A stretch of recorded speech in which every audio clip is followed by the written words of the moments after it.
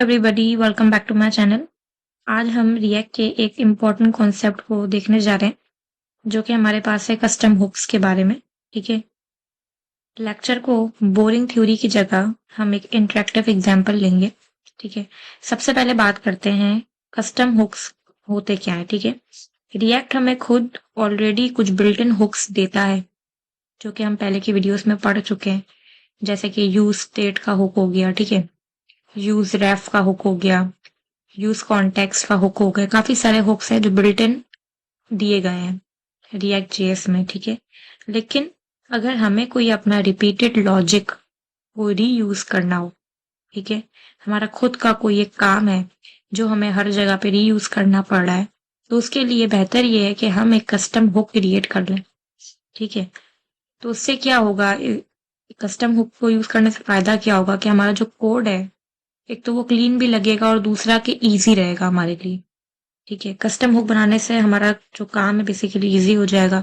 अब इसकी हम एक रियल वर्ल्ड एग्जांपल आपको मैं बताती हूँ। जैसे कि ये हमारा एक टेम्पलेट है जो हमने लास्ट वीडियोस में इंटीग्रेट किया था। ठीक है, टेम्पलेट इंटीग्रेशन की मैंने पहले के एक लेक्चर बनाया हुआ है जिसमें हमने इस टेम्पलेट को इंटीग्रेट किया था। ठीक है, अब ये हमारा होम का पेज है। हमने शायद 2 ही पेज इंटीग्रेट किए थे, होम और अबाउट। बाकी पेजेस को हमने इंटीग्रेट नहीं किया था। ठीक है, तो अब मैं ये चाहती हूँ कि यहाँ पे हमारे पास नीचे एक स्क्रॉल का बटन हो। मैं नीचे जाके अगर उस बटन पे क्लिक करूँ तो ये मुझे स्मूथली ऊपर ले जाए। यही काम मुझे अबाउट में भी करना है। अबाउट के पेज में भी मुझे यहाँ पे जो है वो स्क्रॉल वाला बटन चाहिए कि मैं क्लिक करूँ ऊपर चली जाऊँ स्मूथली। ठीक है, वही काम मुझे बाकी सब पेजेस में भी वही काम चाहिए।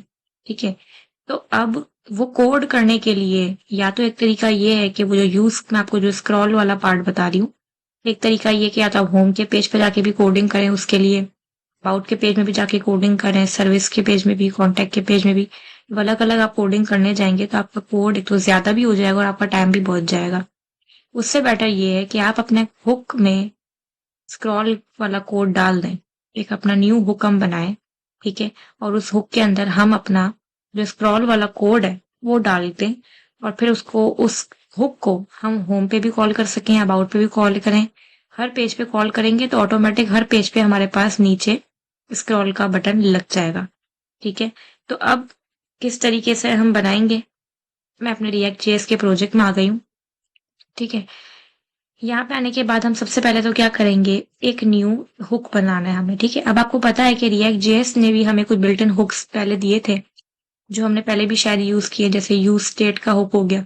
ठीक है, उसके अलावा यूज अफेक्ट का हुक हो गया। ये सब बिल्ट इन हुक्स है जो रिएक्ट जेएस हमें खुद देता है। अब हमें अपना खुद का भी एक हुक बनाना है। अब तो हम क्या करेंगे, अब जब हुक बनाएंगे तो हम उसका नाम क्या रखेंगे, हम नाम शुरू करेंगे यूज के कीवर्ड से ही। क्योंकि आपको पता है कि सारे हुक्स जरूरी नहीं है, लेकिन बेटर ये है कि आप यूज के कीवर्ड के साथ ही जो है वो एक नाम दो। ठीक है, तो वो क्या है, थोड़ा सा आपका काम अच्छा भी लगेगा और बेसिकली हुक की पहचान भी लगेगी।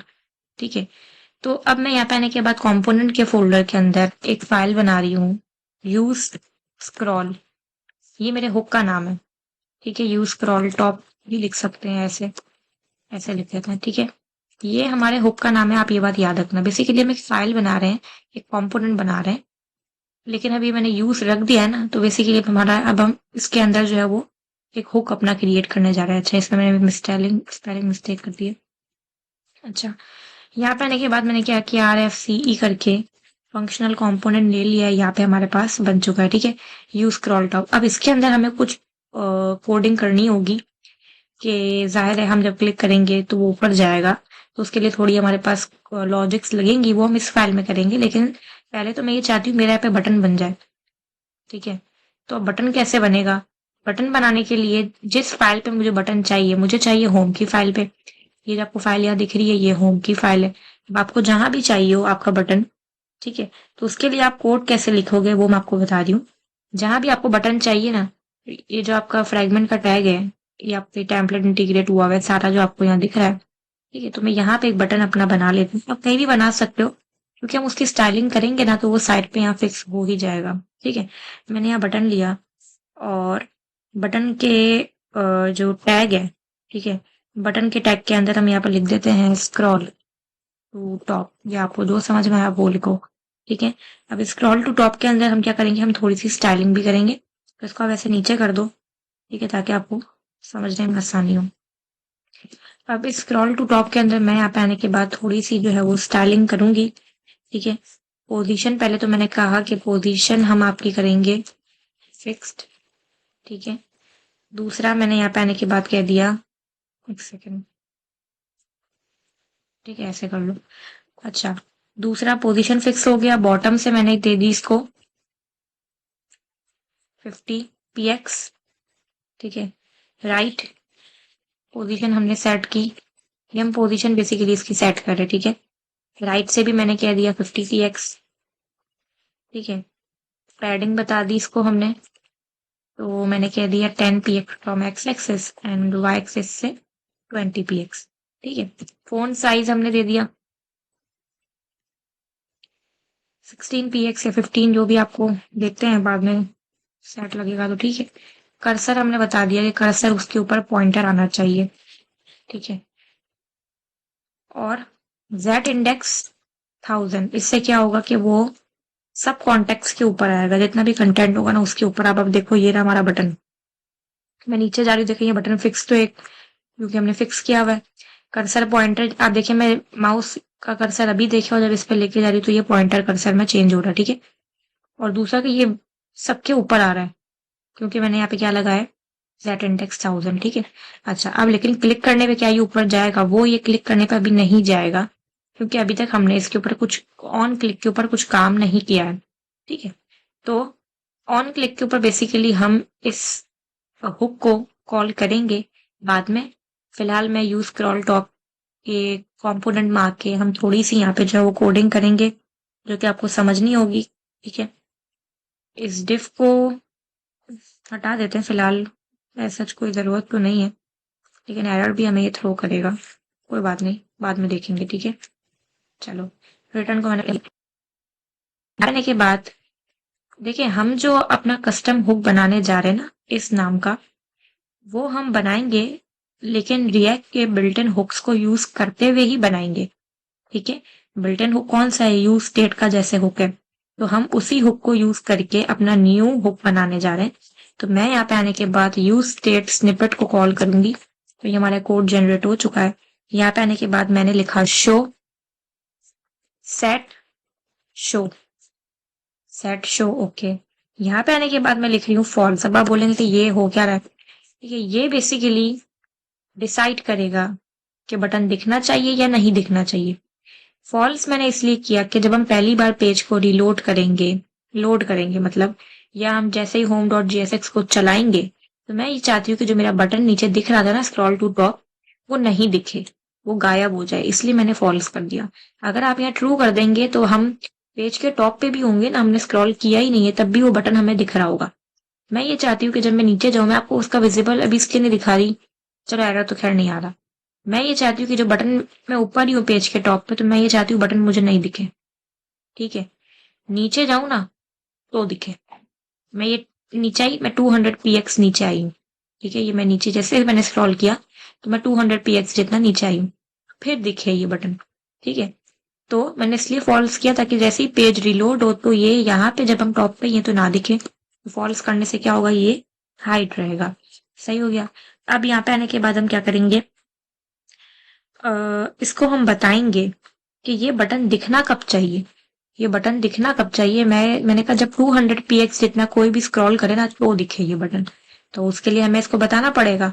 तो अब हम यहाँ पे एक हुक यूज करेंगे, जो कि हम पहले भी यूज कर चुके हैं, यूज अफेक्ट का हुक। ये हुक हम कब यूज करते हैं, ठीक है, जब हमें कोई भी जो है वो साइड इफेक्ट परफॉर्म करवाना हो। साइड इफेक्ट का क्या मतलब है, ऐसा काम जो यूआई के अंदर नहीं है, ठीक है। ये जो बटन है ये हमने खुद जनरेट करवाया है, ठीक है। तो इसके अंदर हम क्या करेंगे, यूज इफेक्ट के हुक को लेंगे। अब यूज इफेक्ट के हुक को हम पहले भी काफी जगहों पे यूज कर चुके हैं ऑलरेडी, ठीक है। इसके अंदर हम क्या करेंगे, इस फंक्शन को, इस हुक को बेसिकली हम स्टार्ट करेंगे। ये मैंने हुक को स्टार्ट कर दिया, इसको यहाँ पे साइड हाथ हाथ बंदी करें, एंटर, ठीक है। ब्रैकेट्स में हमारा कोई इशू नहीं आना चाहिए, चलो देखते हैं, ठीक है। ये ब्रैकेट आया, ओके। यहाँ पे आने के बाद मैं क्या कर रही हूँ, इसके अंदर मैं एक न्यू फंक्शन बना रही हूँ ऑन स्क्रॉल का। ये हमारा एक न्यू फंक्शन है, ठीक है। ये न्यू मैंने फंक्शन को ऐसे स्टार्ट करना होगा। जावास्क्रिप्ट है नहीं कि हम डायरेक्ट कर्ली ब्रैकेट लगा के स्टार्ट कर लेंगे, तो इसमें थोड़ा तरीका है, जो तरीका है उसी को हम फॉलो करेंगे। कर्ली ब्रैकेट, इसको बंद भी करें, ठीक है हाथों हाथ। अब इस कर्ली ब्रैकेट के अंदर आप एंटर करेंगे। अब आप इसके अंदर बताएंगे, ठीक है, कि जब पेज स्क्रॉल हो तो क्या हो, ठीक है। जब पेज स्क्रॉल होगा ना बेसिकली तब ये चलेगा। जैसे मैंने माउस से स्क्रॉल किया वैसे ये फंक्शन हिट होगा, ठीक है। तो इसके अंदर मैंने कहा कि जो सेट शो है ना, बेसिकली वो जो बटन है शो, वो बटन है, ठीक है। मैंने कहा सेट शो जो हो ना, मैंने कहा वो विजिबल हो तो जाए, लेकिन कब, जब मैंने कहा 200 px जितना कोई भी स्क्रॉल करे। तो वो यहाँ पे कैसे लिखेंगे, मैंने कहा window dot scroll Y axis आ रहा है, ठीक है। मैंने कहा बड़ा हो 200 से, इसका मतलब है कि 200 px जितना कोई भी स्क्रॉल करे वैसे ही बटन क्या हो जाए, शो हो जाए, ठीक है। और मैंने कहा कि जब हम पेज के टॉप पे चले जाएं तो जो हमारा स्क्रॉल वाला जो बटन है वो रीस्टार्ट हो, ठीक है। तो उसके लिए आप यहाँ पे आने के बाद क्या करोगे, window dot add event listener scroll, ठीक है। और यहाँ पे आने के बाद आप पास कर दोगे इसको। तो ये क्या करेगा, ये हमारे काम को स्क्रॉल में ऐड कर देगा। ये जो स्क्रॉल मैंने यहाँ लिखा है, ठीक है, ये इसका बिल्ट-इन है, ये बिल्ट इन प्रॉपर्टी है, ठीक है। और यहाँ पे हमने क्या पास किया है, इसको। तो ये फंक्शन अब कब चलेगा, ये मैंने फंक्शन को बोल तो दिया कि जब स्क्रॉल होगा तब चलेगा, लेकिन हमें अपने कोड को बताना है कि ये फंक्शन कब चले, जब स्क्रॉल हो। तो बेसिकली ये लाइन वही समझा रहा है कि ये जैसे ही स्क्रॉल होगा, हम जैसे ही स्क्रॉल करेंगे वैसे ही ये फंक्शन चलेगा। और इस फंक्शन के अंदर हमने क्या लिखा है, बटन शो करना अगर 200 px जितना नीचे जाए, ठीक है। और दूसरा, यहाँ पे आने के बाद मैं क्या करूंगी, अच्छा इसके अंदर यहाँ पे आई थिंक मैंने एक मिस्टेक की है।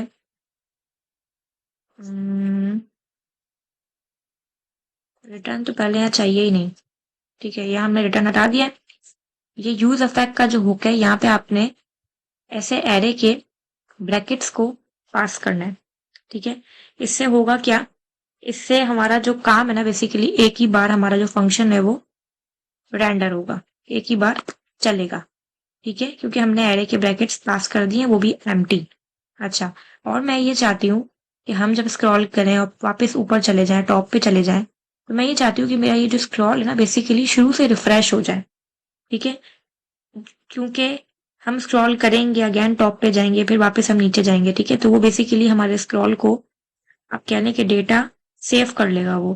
तो मैं ये चाहती हूँ कि मैं अपने स्क्रॉल को रिफ्रेश करवाना चाहती हूँ, ठीक है।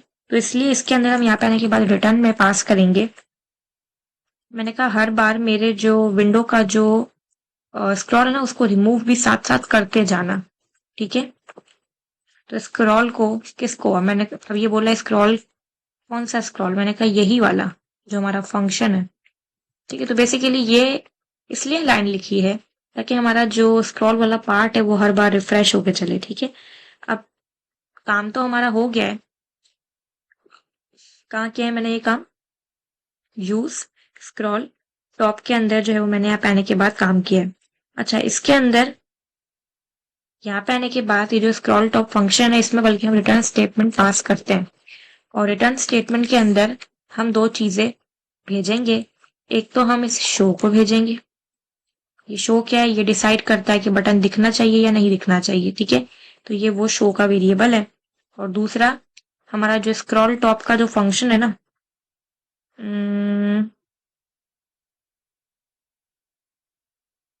स्क्रॉल, ओके फिलहाल सिर्फ शो को भेजते हैं, चलो ओके। इस शो वेरिएबल को मैंने आगे पास तो कर दिया है हुक पे, ठीक है। ये हुक है हमारा, इसमें हमने ये कोड कर दिया है स्क्रॉल वाला, लेकिन ये चलेगा कब, जब इस फंक्शन को हम बटन पे जाके कॉल करवाएंगे, ठीक है। तो अब हम क्या करेंगे, अपने हमारा बटन हमने कहाँ बनाया था, होम के पेज में, ठीक है। यहाँ पे आने के बाद मैं क्या करूंगी, वो जो शो हमने पास किया है अब इसको मुझे होम पे यहाँ पे लेके आना है। तो कैसे लिखा हूँ, यहाँ पे आने के बाद मैंने लिखा कॉन्स्ट शो, ठीक है। मैंने कहा शो कहाँ से, तो यहाँ पे आने के बाद मैंने कह दिया कि यूज स्क्रॉल टॉप से। अब इसको यूज स्क्रॉल टॉप नहीं मिलेगा, तो मैं क्या करूंगी, पी लिख के एंटर करूंगी तो ये ऊपर इस कंपोनेंट को कॉल करेगा। ठीक है, अब इस शो को, ठीक है, ये शो बेसिकली जो है ना, इसको हम यहाँ पे आने के बाद बटन के पहले कॉल करेंगे। तो ये क्या करेगा, डिसाइड करेगा कि बटन दिखना चाहिए या नहीं। अगर आपको ये नहीं कॉल करना तो बाद में कॉल करेंगे। पहले हम क्या करते हैं, ये जो है ना यूज स्क्रॉल टॉप, ठीक है, इसको मैं यहाँ पे आने के बाद सबसे पहले तो ऑन क्लिक पे लगा के देखती हूँ। ऑन क्लिक, देखते हैं कि ये क्या कोई एरर थ्रो कर रहा है या क्या कर रहा है। अच्छा, इसने हमें एरर थ्रो किया, use state is not defined. Use scroll top पे इसको ये स्टेट नहीं मिल रही क्योंकि ऊपर इम्पोर्ट नहीं हुआ है। मैंने एंटर कर दिया। Again, use state is not defined.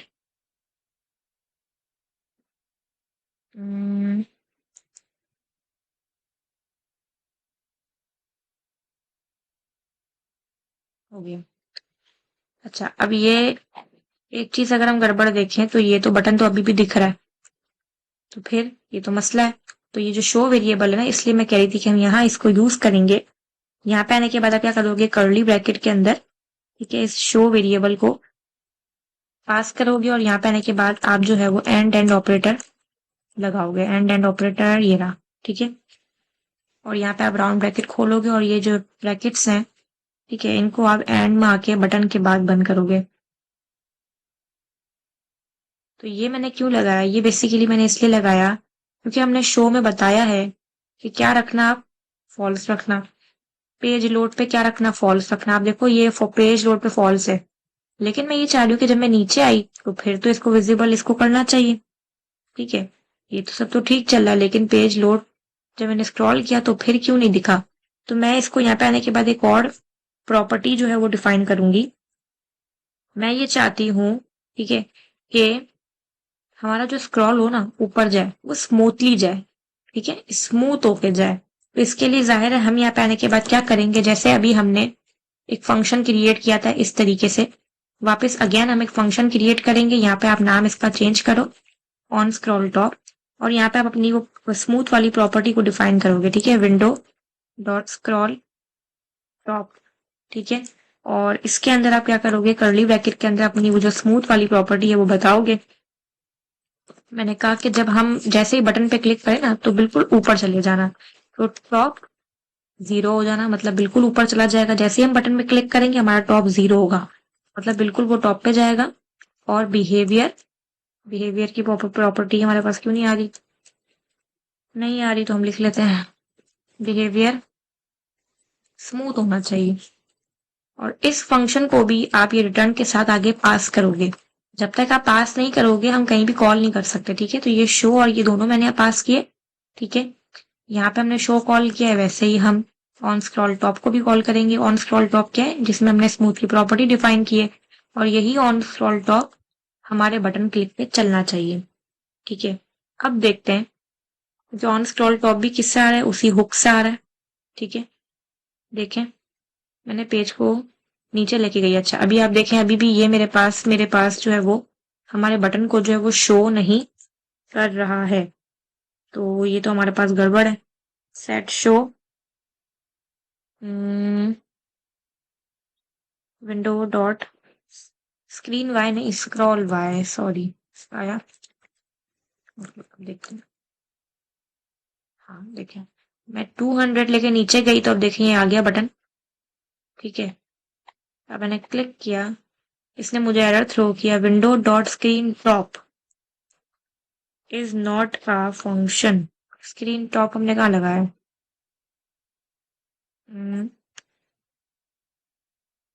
Window dot screen top नहीं, विंडो डॉट स्क्रॉल टू आ रहा है। ओके, अब देखते हैं, अभी तो नहीं आ रहा। ठीक है, ठीक है, अब मैं नीचे जाऊंगी तो अभी मेरे पास आ रहा है। इसको मैंने क्लिक किया तो अब देखिए ये मुझे ऊपर टॉप 0 हो गया और स्मूथली ऊपर लेके गया, और बटन भी हमारे पास अगेन जो है वो इनविजिबल हो गया है। ठीक है, तो ये हमारे पास जो है वो काम हो गया हुक का। ठीक है, हमने कस्टम हुक बना के अब रख लिया है।